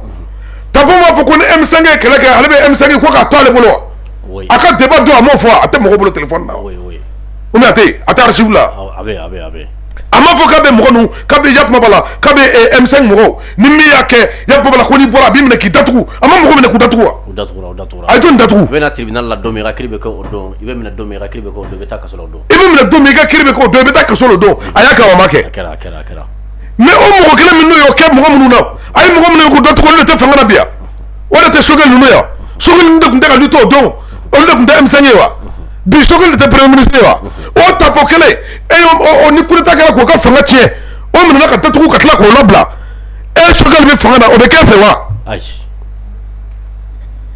non Ala dɔn sɔrɔ ye maliyɛn bɛ yen ne t'a dɔn jamana in ye jamana modèle min ye quoi o bɛ kɛ e fɛ wa n'a fɔra k'o da bɛ don jamana kuma na fo journaliste bɛ taa Yakumaba ou bien des blogueurs ou bien des vidéomans ka taa micro jɔ o tigi da kɔrɔ ko ka Mali ko ɲininkali k'o la kunun dun kɛra Ala ma kɛ kun na sini kunun dɔrɔn nin passera an ɲɛna yan minnu tun bɛ IBK kɔ IBK ka fanga coup d'état de y'a bɔ yen a t'i b'a fɔ fati de kɛra ka bin na coup d'état de y'a bɔ yen mɔgɔ minnu tun bɛ ka gouvernement na o don n'o bɛ k'o ka fanga sinsin a y'o gɛn o mɔgɔ lankolon enfin hakɛ to o mɔgɔ kelenw de bɛ bi olu mɔgɔ kelenw de bɛ bi ka ɲuman fɔ bi fanga ma cogo di non o tɛ se o tɛ se n'a fɔra maliyɛnw b'olu tigilamɔgɔ filɛ ka kuma lamɛn k'olu bɛ jamana fanga fɛnɛ juge n'o ye a bɛna mun fɔ kabako dan don walahi o tɛ kelen ye wa Arasibachi le même Arasibachi i b'a dɔn Arasibachi tumana min na Arasibachi bɛ baara ninnu daminɛ a ka baara fɔlɔ État ye ne de ta i b'o kalama ayi n t'o kalama politique mɔgɔw de ye Arasibachi ta k'a sara les engrais ferlantés engrais ferlanté ko kuma i b'o kalama wa a n bɔr'o kuma kalama Arasibachi engrais ferlanté ko kuma Arasibachi bɔra n'o kuma de ye Arasibachi bɔra ni engrais ferlanté ko kuma ye a taara yala Mali dugu bɛɛ la k'a fɔ ko engrais min filɛ ka na des engrais ferlantés k'a bɛ muso kɔnɔma faa ni kɔnɔ min y'a dun a b'o faa n'i ye engrais don suma na n'i y'a suma dun a bɛ banajugu wuli adamaden la cikɛlaw commencera ka bɛn engrais la mɔgɔw k'a fɔ ko Arasibachi a sɔrɔla engrais ko kuma de fɛ o y'a sɔrɔ a bɛ nin mission na a bɛ ka nin mission kɛ a bɛ ka kɛ mɔgɔ minnu bolo ne kɔni t'a dɔn nka a tun bɛ mission de la a taara ne yɛrɛ ka radio la ne bana k'a passer ne m'a ɲini k'a ye yɛrɛ est ce que kuma faamu ne de wulila ka État défend pour que ka se ka engrais to a nɔ na engrais jɔnni fa a kɛlen ni bi cɛ ye su jumɛn ye ko engrais y'o fa ne m'a fɔ mais o tun ko engrais tun ma ɲi dɛ ko engrais ma ɲi ko engrais bon i bɛ Mali kalanbaga i bɛ Mali kalanbaga de ye kojugu dan don quoi ne ye fɛn dɔ ye maliyɛn na ne m'o ye diɲɛ mɔgɔ si la a kalanbaga a y'a ye jamana fila la Laginɛ Mali a kalanbaga n'a kunfin bɛɛ bɛ kuma kelen de fɔ n'o ye jamana sila ni Mali tɛ a maa kalanbaga a n'a maa kunfin a bɛɛ bɛ réaction ni cogo kelen i bɛ maliyɛn de ye depuis Ala k'a da Ala a ma ci maître ma hali a ni maître ma deli ka baro kɛ i b'a sɔrɔ a sigilen bɛ ni livre ye a sigilen bɛ ni papier kuntan dɔ b'a bolo i b'a sɔrɔ a bɛ to ka Sorbonne min bɔra Sorbonne a bɛ to k'e sɔsɔ jamana yɛrɛ kun kan Primo Sénégalais yɛrɛ y'a témoin ko engrais in tun ma ɲi dɛ traité nana ni engrais min o tɛ e bɛ ka min fɔ ten e ka kuma namɛ sa Sénégal cikɛlaw e ka n bɛna ni kuma de ye o traité nana min ye o tɛ wa n ko n terikɛ ne ye CMDT ka communicateur de ye sa kuma in namɛ sa maa bɛ kɛlɛbolo kunbɛn i bɛ se ka janfabolo kunbɛn wa ayi Primo ne yɛrɛ tiɲɛ e taa Gandi kuma lamɛn sa i bɛ se ka janfabolo kunbɛn e bɛ se ka kɛlɛbolo kunbɛn i bɛ se ka janfabolo kunbɛn wa ayi cikɛlaw ko engrais ma ɲi n bɛna engrais ko gindo n bɛna a bɛɛ f'i ɲɛna k'a ban pewu sisan de n bɛna engrais ko in n bɛna kungo da maliyɛn tigɛ maliyɛn t'a kuma fɔ maa ye bilen i ye kuma in mɛn tumana min na n bɛna yɔrɔ f'i ɲɛna tumana min na fanga nana gɛlɛya u nana opposition n'o ye opposition mɔgɔw u y'an wele CICB la yan Cɛbilen Darame ye cikɛlaw wele Mali cikɛlaw wele samiyɛ donda fɛ yan ko an ka na ko engrais ferɛndacogo ko kuma ne de ye wo cala ka mɔgɔw su ka bila la o wo ci Cɛbilen na CICB la Mali cikɛlaw ye seere engrais u nana ka Arasibachi ta ko Arasibachi ka yala ko engrais ko in fɔ ko ka bɔ mɔgɔw kunkolo la ne yalala k'a fɔ cikɛlaw ye n ko a ye engrais don o san an Mali ye kɔɔri min sɔrɔ depuis Ala ye Mali ta Mali ma ɲɔgɔn kɔɔri sɔrɔ a bɛ ne ni Ala cɛ n bɛna engrais ko gindo f'i ye sa engrais ferɛlanté ko nana cogo min e yɛrɛ ka bɔ a kalama pewu i ka da la engrais est ce que mugumafɛn bɛ ferɛlanté wa e tɛ tubabukan mɛn yan komi e bɛ tubabukan ayi bon n'a fɔra ko ayi sa ferɛlanté est ce que fɛn min ye mugufɛn ye tubabukan yɛrɛ la est ce que a bɛ ferɛlanté jimafɛn de bɛ ferɛlanté fɛn min ye ji ye nin de bɛ ferɛlanté nin ye jimafɛn de ye nɔnɔ bɛ ferɛlanté i y'a mɛn yan lemuruji bɛ ferɛlanté boisson bɛ ferɛlanté mugumafɛn bɛ ferɛlanté wa min tɛ tubabukan mɛn yan mais i bɛ mɔgɔninfin diplôme batigi de ye Mali fonctionnaire de bɛ sigi ko engrais ferɛlanté maloya ko dan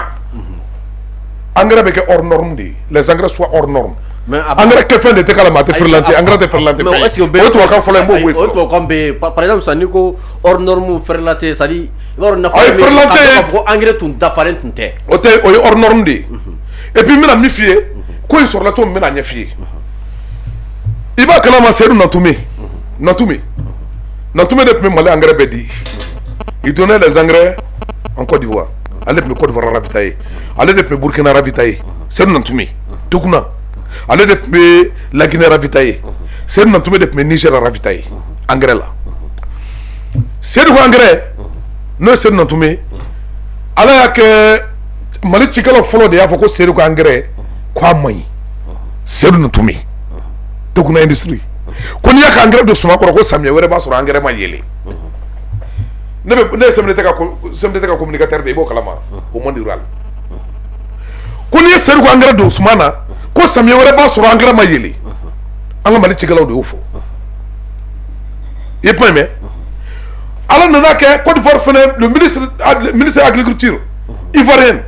o de ye yakuma bala lettre adressée Mali ministère de l'agriculture ma k'a fɔ ko engrais min bɛ yen ko ka cikɛlaw bɛ ka impôt cikɛlaw bɛ ka plaigner parce que Côte d'Ivoire usine d'égrainage fila de bɛ yen le coton ivoire et ivoire coton kelen daw sugo fɔlɔ ta ye il o bɛ koroko kelen ye Côte d'Ivoire état ta ye o bɛ bunjali sirima cali wojine ni fɛn ninnu na olu de lettre ci ministre k'a jira k'a fɔ k'u ka cikɛlaw bɛ ka plaigner i b'a fɔ Mali cikɛlaw bɛ ka plaigner cogo min na k'a fɔ engrais min bɛ ka taa n'o ye complexe coton ye ko engrais tɛ jeli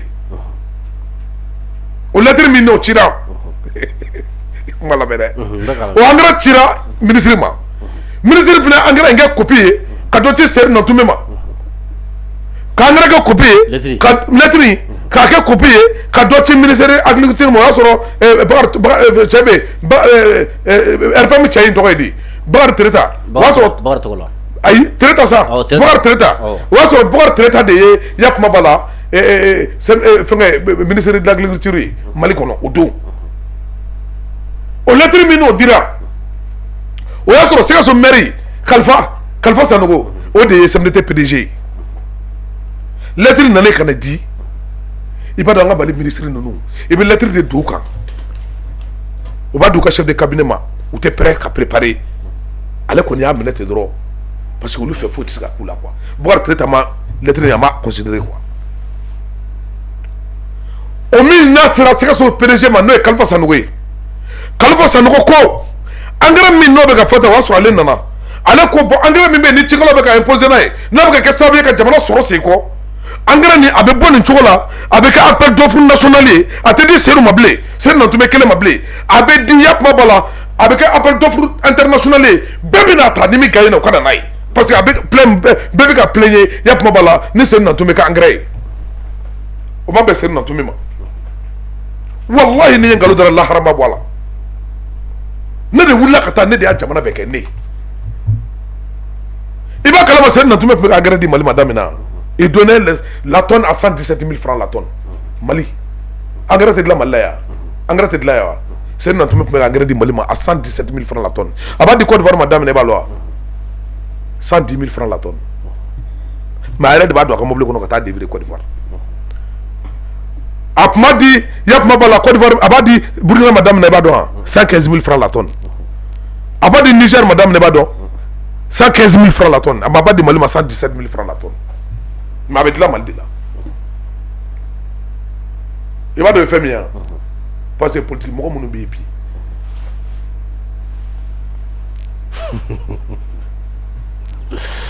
i ye kuma mɛn n bɛ ka n yɛrɛ ko de f'i ɲɛna c'est là maintenant comme o ko kɛra ala nana kɛ Seri Nantume gɛlɛya nana Seri timina de b'a fɔra ko a bɛ kɛ appel d'offre international ye Seri timina ala nana k'u nana appel d'offre kɛra international ye Soma Doko de gagné a san n'o ye Surakata Jabi ye Surakata Sile Ayi de Korolo Seri Nantume ma bɛrɛ sɔrɔ pour que ka se k'o ko tiɲɛ parce que Seri ne ye ta ka kɛlɛ yɔrɔ de bɛ na f'i ye sisan Seri fana mun kɛ sisan Seri de lettre in ta a taara di Bakari ma des députés de Tchalla la Bakari Kone a taara di Bakari Kone ma ko i m'a ye ko Côte d'Ivoire ministre ye lettre ci ka na ko engrais min bɛ ka don Mali kɔnɔ ko les engrais frilantés ko engrais man ɲi ko engrais jugu don Bakari Kone fana ye Bakari Tereta wele à l'Assemblée o y'a sɔrɔ Bakari Tereta t'a dɔn dossier min don ale nana yɔrɔ mun nana wuli ni dossier ye a ye kuma ta Bakari Kone nana ka na kuma ta ni engrais ko kuma ye k'a jira cɛ la Bakari Tereta la Bakari Tereta ni a ma se k'a yɛrɛ maîtriser parce que a tɛ dossier yɛrɛ a ma fɛn dossier kan mais est ce que o la est ce que Bakari Tereta est ce que Tereta yɛrɛ ka kɛ ministre ye jamana kɔnɔ o la wa voilà ne ko i bɛ ka tile tun tɛ wa jamana wɛrɛ ministre ka lettre ci ka na e ma k'a fɔ ko nin fɛn bɛ yen cɛ an ka ministre dɔw tun bɛ o ka tila ka tɛmɛ tuguni n ka dɔw tun bɛ kalo kɛ baarakɛyɔrɔ la o tɛ Mali tɛ dossier lajɛ cela veut dire que Tereta ni ministre man ka Mali kɔnɔ n bɛ fɛ k'o kuma de fɛ o de y'a to e ma ye min diyara ne Asimi ka ko la dossier ministre bɛɛ bɛ passer plateau kan ka n'u ɲininka i ye min kɛ wallahi Mali ministre tun bɛ bilahi u bɛ kalo wɔɔrɔ kɛ o tɛ dossier o tɛ ministère foyi kalama non sinon ni nin kɔni kɛra Tereta tiɲɛ yɛrɛ la a bɛɛ ni Ala n'a kɛra a kɛra tan de wallahi ni nin de don Tereta ni ministre man kan wallahi a kɛra tan sinon jamana wɛrɛ ministre ka lettre ci ka département na kalo joli e ma se k'o ta k'o lajɛ Bakari Tereta o Bakari Tereta kelen de ko sa halisa olu bɛ ka fanga ɲini Depuis waati la ngate treta tunga ka gen treta kunga ka gen ne be ka fanga te ma dossier adu nyame ka nyungunu ka dossier be dossier be wa mun dossier ebe mun dossier ebe ta mun dossier mun de ayre ka to ka voyer clé ko engrais ferlandais wa les engrais hors norme mina yor do fier ka kuma bampe ta kuma me fama dabli mais c'est que c'est be barabla ya ça kafia depuis ala mal d'engrais mo ma di malima afamuna tori kofia engrais dugu bɛ na engrais cogo do est ce que yan dugukolo ni ɲɔnɔ ta ye kelen ya ayi ɲɔnɔ dugukolo ni gawo ta ye kelen ya ayi gawo dugukolo ni sikaso ta ye kelen ya mais engrais kelen de tɛna mali bɛɛ tɔgɔ la or que sol de kan ka étudier fɔlɔ y a un ingénieur devrait étudier le sol ka engrais dilan engrais kɛ fɛnw de bɛ k'a la min ni dugukolo sɛgɛ bɛ bɛn mais depuis mali bɛ engrais kelen de bɛ na yan o de bɛ tila mali yɔrɔ bɛɛ ni ɲɔgɔn cɛ AICFN ni confédération ni ɲɔgɔn cɛ o engrais kelen de bɛ tila u bɛɛ ni ɲɔgɔn cɛ or que dugukolo cogo tɛ kelen ye or que normalement mali parce que o se tɛ mali e mais n'o nana jɔ ma ko engrais ordinaire ko waati bɛ engrais ferlanté ka to ka mɔgɔw fɛngɛ ni ko dɔ k'a bɛ wuli ko engrais ferlanté a tɛ kula a dossier ta kɛ e ka dossier ta an ka lajɛ k'a ta kɛ a bɛ y'a to bolo wa mɔgɔw kɛ kunfin ye ka jamanadenw fɛngɛ bila les choses sérieuses là tɛ kuma ko sɛbɛn ka fɔ mɔgɔ la ko kuntaw ko an ɲɛna k'an ye fatɔ de yan n ye dɔ faamu a la sinon a ka tɛmɛ ni mɔgɔ sɛbɛn kuma ye tiɲɛ yɛrɛ la mais bon an bɛ kuma kuncɛ ni kuma min ye sisan yala ko a bɛ loi électorale kura kun Assimi ni Diaw ninnu ni fɛn ninnu Wage ninnu ni fɛn ninnu colonel ninnu bɛɛ k'u bɛ se k'i présenter n'a ka d'u ye o ye fɛla ya non fɛla tɛ n bɛna min f'i ye ne fɛla tɛ jamana sariyaw an bɛ kuma ni sariya ye n'o tɛ mɔgɔ fɛla tɛ jamana mara mais n bɛna fɛn dɔ f'i ye Assimi a bɛ ka min kɛ a bɛ ka kojugu kɛ n bɛn'o yɔrɔ f'i ye bi dɛ Mamadi Doumbouya Guinée a n'a ka ko bɛɛ normalement Assimi nana fɔlɔ Assimi tun kan ka politique mɔgɔ in bɛɛ bila retraite la k'u bila retraite la cogo di Mamadi Doumbouya ma kɛ Guinée wa depuis ala ye Mali ta diɲɛ na san 40 n'u bɛ ka fantan wɔsi u bɛ ka jateminɛ baara tɛ ninnu na c'est des baara tɛ ninnu na u tɛ baara dɔn u tɛ diɲɛ foyi dɔn olu kɔni hakili la waati bɛɛ an bɛ impôt min kani olu ka na k'u bi impôt la k'u muso n'u denw bi Mali sera yɔrɔ dɔn k'u bɛ ka mun kɛ e b'a dɔn wa e bɛ ka min kɛ tan e tɛ fɛn min faamu n bɛn'o yɔrɔ f'i ye ninnu tun bɛ ka réseau min former Mali kɔnɔ politique mɔgɔ ninnu ne de y'u ka communicateur ye dɛ mais politique mɔgɔ ninnu o tun bɛ ka fɛn former i b'a dɔn wa ko nɛgɛdagabɔla den ka kɛ nɛgɛdagabɔla ye ko menuisier den ka kɛ menuisier ye ko maître den ka kɛ maître ye policier den ka kɛ policier ye gendarme den ka kɛ gendarme ye e min ye kumakɛla ye n'i bɛ réseau kan e den ka kɛ réseau la kumakɛla ye i y'a faamu olu yɛrɛ denw ka kɛ ministre ye olu min ye ministre ye président den ka kɛ président ye n ko de tun bɛ yen an faso in na yan faso la cogo di munna e t'o fɔ munna o tɛ kɛ minnu ɲɛ f'i ye n ko de don parce que baara t'olu la o baara t'olu la o o politique mɔgɔw filɛ nin ye u n'u kɛrɛfɛ mɔgɔw n'o ye anw ye i b'a dɔn n'o ye anw ye kɛ anw ye baarabaa na wa baarabaa na wa ka sigi u mana wari min sɔrɔ u bɛ na anw sɔn o la an bɛ wuli ka na sigi i y'a faamu o y'an ka baara ye o y'an ka baara ye ka na sigi réseau kan k'olu mankutu o bɛ ka jamana nafolo dafiri o bɛ ka jamana surunya i y'a mɛn e ɲɛ bɛ nin fɛn wɛrɛ nin ye e ɲɛ bɛ a fɛn wɛrɛ nin ye an tɛ jɛn n'a ye jamana juguya bɛ c'est pas le moment Assimi a bɛɛ ni ala cɛ ne b'a ka responsabilité jamana tɛ mara ni laxisme ye dɛ o de ye ATT ka fanga dafiri ni ala ye fanga d'i ma kana fanga mara laxisme na dɛ i tɛ kɛ bɛɛ fɛ dɛ bɛɛ ma kɛ ala fɛ dɛ ni ne kɛra Assimi ye Mamadi ye min kɛ ka politique mɔgɔ bila retraite la ni ne kɛra Assimi ye an bɛ waati min na sisan nin tɛ kuma lankolon fɔ waati ye ka jamana fɛngɛ ɲɔgɔn na quoi ni fɛn fɛn filɛ nin ye n'i ye tile kelen kɛ Mali in kɔnɔ bi a bɛɛ ni ala cɛ n b'a fɔ bi dɛ kunun hali n'i cira ka taa jamana service da la n'i bɔra n'u ye ODD kɛ a bɛ minɛ o y'a sɔrɔ i dɔ dun k'i ci ministre ma dɔrɔn k'i donna ka bɔ n'i ye ODD kɛ i bɛ taa kaso la mais n bɛna min f'i ye n ko contrôle tɛ yen contrôle tun tɛ yen contrôle tun tɛ yen contrôle tɛ yen e m'a fɔ wa n'i ye ba ye ka misi kasi kan a ma si sulu kɔnɔ wa n bɛna fɛn dɔ f'i ye f'i k'a faamu a bɛɛ ni ala n'a kɛra cɛ ne Assimi politique maa minnu bɛ yen tan a ka décision ta dɔrɔn k'a fɔ rassemblement ka dabila batarakan manamanakan ka dabila popo kuma ka dabila nin t'a waati ye quoi est-ce que kuma faamu a ka dabila ni ne kɛra Assimi ye ne b'o de ta directement ka o de décision ta jamana kɔnɔ o ka appliquer quoi voilà i ka kuma kuncɛ kuma kunjɛ tɛ kuma na ko jamana in kuma de tɛ ban an b'an si de k'a la kuma de tɛ se ka kunjɛ an kɔni bɛ kuma min fɔ dɔrɔn an bɛ foli de kɛ n'o tɛ kuma tɛ se ka kunjɛ dɛ parce que jamana den yɛrɛ a taara kɛ sa jamana yɛrɛ kɔnɔ e yɛrɛ bɛ jamana e yɛrɛ bɛ ɲininkali kɛ o ne ko est ce que tubabuw bɛ to ka pikiri min kɛ denmisɛnw na est ce que o de ma denmisɛn bɛɛ kunkolo yɛlɛma o ka taa kɛ jamana den de bɛ t'i sigi k'a kɛ jamana lakari jamana min y'i kalan i bangera jamana min dɔgɔtɔrɔso kɔnɔ i barajuru tigɛra jamana min dɔgɔtɔrɔso kɔnɔ k'i ka denmisɛnniya kɛ a jamana kɔnɔ k'i kalan ka siraw dilan i ka kodɔn k'i to jamana kɔnɔ ka tila ka wuli ka bila o jamana na cɛ e ni ala na kɛra cɛ regarde Espagne u taara ka taa farafinden minnu minɛ k'u kun ci ko ɲinɛ Maroc k'u kun ci ko ɲinɛ ka adamaden minɛ k'a kun ci e ye farafinna président jumɛn kumatɔ la nin ka tubabuden kelen na kɛ e ka tubabuden dɔ minɛ k'a kunkolo ci ta hali tubabuden kelen i ka kun ci i b'a fɔ y'an ka farafin kun ci cogo min e chef d'état jumɛn CEDEAO jamana kɔnɔ k'o y'a condamné e k'a lajɛ ta an ka politique mɔgɔ minnu bɛ dafa waleya kuma na yan politique mɔgɔ ninnu n'u ye an ti jɛnɛ ye Asimi tɛna fanga kɛ bilen Asimi tɛna nin kɛ bilen Asimi tɛ fanga kɛ cogo di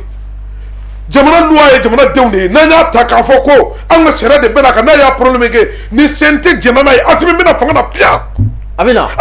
piyan ni maa min ko a bɛ foyi su de kɔnɔ tɛ Asimi bɛna i bɛ se k'an bali mun na no a tɔgɔ ka fɔ ye siranya ye kuma in lamɛn dɛ no a bɛɛ ni ala cɛ ni CNT y'a ta CNT ni Choguel ta o ye kuma wɛrɛ ye parce que CNT yɛrɛ tacogo CNT députéw ɲɛna ko olu ɲɛna ko olu ye députéw ye maa min ta e nommé ka t'i bila e ka taa députéya fari da yɛrɛ kan ka sɔrɔ e tɛ pas paga ye e ye CNT de conseil national de transition i y'o de ye wa mandat dɔ de dir'i ma i bɛ bɔ yen ni e taara o kɛ député ye jamana kan ka stabiliser yɔrɔ min e taara ka taa ye dɔw yɛrɛ bɛ hali u t'u ta kun dɔn ne yɛrɛ n'a député dɔ ye ɲɔgɔn ye ne y'o ɲininka n ko jɛnɛ nin kalo yɛrɛ kɔnɔ a ye mun da k'ale yɛrɛ tun tɛ session na koyi député conseil kɛ olu ni Choguel ta ye cogo wɛrɛ de ye parce que opposition mɔgɔ caman b'a kɔnɔ quoi an tɛ kuma o kan quoi mais an kɔni bɛ yɔrɔ min na bi Asimi n'anw jɛnna n'a ye ni CNT jɛnna n'a ye k'a fɔ kuma ko e bɛ se ka k'a ye kalo 6 démissionné i ka fanga di maa min ka di ye min t'i janfa i kana malidenw an b'i ta k'i kɛ Mali président ye maa min bɛ da fangala kuma u tɛ se k'anw bali u tɛ se a bɛɛ ni ala cɛ u tɛ se donc i ye politicien bila sisan i ye politicien ko bila sisan ne bɛ politicien ne bi an to ne yɛrɛ to sɛgɛn na sa wa i bɛ tugu kɔ ka kule komi k'i fa i bɛ tɛgɛrɛ fɔ dɔrɔmɛ 2 t'e yɛrɛ bolo o b'a bɛɛ dun n ko bɛ aw sigi ka kuma ni jama hakilila ka sɔrɔ u yɛrɛ ka intérêt don ne bɔra kalama ne tɛ sɔrɔ maa si minnu sara mouvement na yan e ma bɔ a kalama minnu sara mouvement na Alassane Ouattara m'a fɔ de Côte d'Ivoire de crise électorale en Côte d'Ivoire a bɛɛ salen Alassane mana fɔ ye ko tourner des pages yan tu ye tubabukan yan non c'est toi depuis ne y'a mɛn ko tourner des pages ne tɛ sɔrɔ maa si ka batara kɛlɛ la bilen ne tɛ tugu politique mɔgɔ kan ka taa n bɔgɔ kan subhanallah batara ko la n terikɛ n ta da ye sɔrɔsiw kɔ ye marifa b'olu bolo sɛbɛ dɔnnen don ne bɛ sɔrɔsiw kɛ kɔni n tɛ politique maa kɔ dɛ ni ne ye politique maa kɔ Asimi yɛrɛ bɛ kɛrɛfɛ min ni sɔrɔsi ka ca a civil ye o tɛ batara ko la maa si ye bilen d'accord merci beaucoup Karim an b'i fo kosɛbɛ maliyɛnw tiɲɛ yɛrɛ la bi émission a diyara kojugu an yɛrɛ an nisɔndiyara parce que sani an tun bɛ don émission kɔnɔ waati min na a jatigɛ fanga tun ka bon kosɛbɛ ka sabu kɛ an tun bɛ ka kumakan min mɛn k'a fɔ ala mɛnna Mali la kuma ninnu a y'an caman paniquer mais aw y'a ye émission bɛ ban waati min na yɛrɛ fanga bonyana ka sabu kɛ ka fɛn ninnu ye an bɛ min ɲini aw fɛ a y'a partager a ka kɛ la commentaire la ala ka an bɛn sigi ɲɔgɔnna wɛrɛ ma wa salam.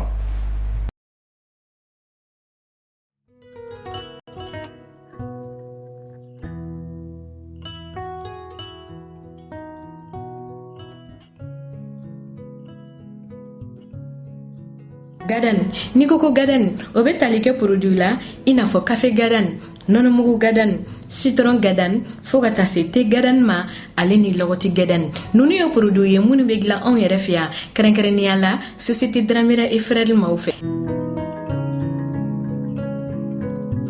ni mɔgɔ min mago bɛ nin produit ninnu na i bɛ se k'i senfa biribiri ka se boutique la mun tɔgɔ ye ko boutique 711 ale carilen don Bamako fantan ani 4 bɛɛ lajɛlen de la ni o fana ye société Dramera et Frères maaw ka boutique ye kɛrɛnkɛrɛnnenya la fɔlɔfɔlɔ o bɛ tali kɛ hali de Bamako kɔnɔna na ni e b'a fɛ ka i to i sigiyɔrɔ la k'u wele i bɛ se ka weleli kɛ nɛgɛjuru sira la mun bɛ tali kɛ 76 14 19 19 711D sɛbɛnnikɔrɔkaw ale ni lafiyabugukaw aw bɛ se ka aw senfa biribiri ka se jikɔrɔni fɛn min ye 20 mètres yɛrɛ o kɛrɛfɛla ye cɔ ye ni ani restaurant Sibi Center man jan ɲɔgɔn na walima n'i b'a fɛ k'i to i sigiyɔrɔ la ka wele i bɛ se ka nɛgɛjuru sira ta mun bɛ tali kɛ 76 72 19 19 kalabankoro ko fo ka taa se kabalakaw ma aw bɛ se ka o senfa biribiri ka se cɛbani fɛn min ye lycée Demba Kanda Keita o kɛrɛfɛla yɛrɛ la coy wala n'i bɛ fɛ k'i to i sigiyɔrɔ la k'u wele i bɛ se ka weleli kɛ nɛgɛjuru sira la 74 62 19 19 o tɛ a bannen banangabugukaw aw fana bɛ se ka 711 maaw lasɔrɔ nɛgɛjuru sira la mun bɛ tali kɛ 79 91 19 19 ni banangabugu ta ni o bɛ lycée Ibrahim Mali yɛrɛ kɛrɛfɛ yɛrɛ coyi o ma dan produit gɛdɛni dɔrɔn fɛnɛ ma fɛn min ye produit wɛrɛ caman ye o bɛ sɔrɔ u ka yɔrɔ la mun bɛ tali kɛ malobɔrɔw fo ka taa se nɔnɔmugu bɔrɔw la jus kɛrɛnkɛrɛnnen ɲumanw o bɛ u ka yɔrɔ la ale ni boisson dumanw fo ka taa se savonw ma deodorant ɲɛgɛn kɔnɔna ale ni mɔgɔninfin yɛrɛ kasa jago duman nin bɛɛ lajɛlen bɛ sɔrɔ u ka yɔrɔ la fɛn min mayonnaise petit matin ye o bɛ yen fo ka taa se moutarde dumanw ma ale ni petit pois nin bɛɛ lajɛlen de bɛ sɔrɔ u ka yɔrɔ la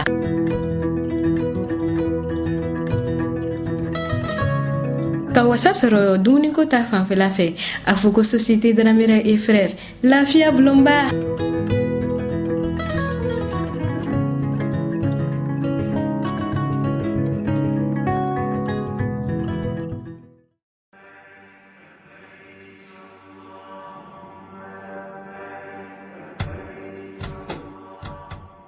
Al umra be silamɛw kunnafoni k'a be duguta kɛrɛnkɛrɛnnen min labɛn san 2022 umra ogumu kɔnɔna na ko o tɔgɔsɛbɛnw bi senna hinjikɛla minnu b'a fɛ ka taa umra la ɲina sunkalo dɔgɔkun fɔlɔw la ni o b'a daminɛ avril kalo tile 4 ka taa bila a tile 18 na san 2022 ko o musakaw bi t'i jɔ sefa wari miliyɔn 2 ani 280 na minnu b'a fɛ ka taa sunkalo dɔgɔkun labanw na n'o b'a daminɛ avril kalo tile 17 ka taa bila mai kalo tile 2 la san 2022 o musakaw bi t'i jɔ sefa wari miliyɔn 2 ani 120 na Al umra b'a da silamɛw kulo kan ko tɔgɔsɛbɛnw bi senna halisa minnu b'a fɛ ka taa rajaba kalo o dɔgɔkun labanw duguta la ni o yɛrɛ bolodalen do ka bɛn février kalo tile 22 san 2022 ma Al umra be silamɛw fo minnu ye danaya da u kan wa a bi weleweleda kɛ u bɛɛ lajɛlen ka boli joona ka n'u tɔgɔw sɛbɛn ni ka duwawu kɛ u ka taa ni ka segin ɲuman na Saudiya jamana kan ka fara o bɛɛ lajɛlen kan Al umra ye cakɛda ye min be biyew feere minnu be dugutaw kɛ ɲɔgɔn fɛ ale ni kelenna dugutalaw ka taa diɲɛ jamana bɛɛ lajɛlen na min yɛrɛ la ani kɔnpanyi caaman de be baara kɛ ɲɔgɔn fɛ sɔngɔ nɔgɔman na ka fara o kan an be visa di Dubai tagalaw ma ka assurance labila dugutalaw ye bolimafɛnw ale ni fɛn caaman wɛrɛ an ka musaka sarasiraw ye Orange Money, MoneyGram, Ria ale ni Western Union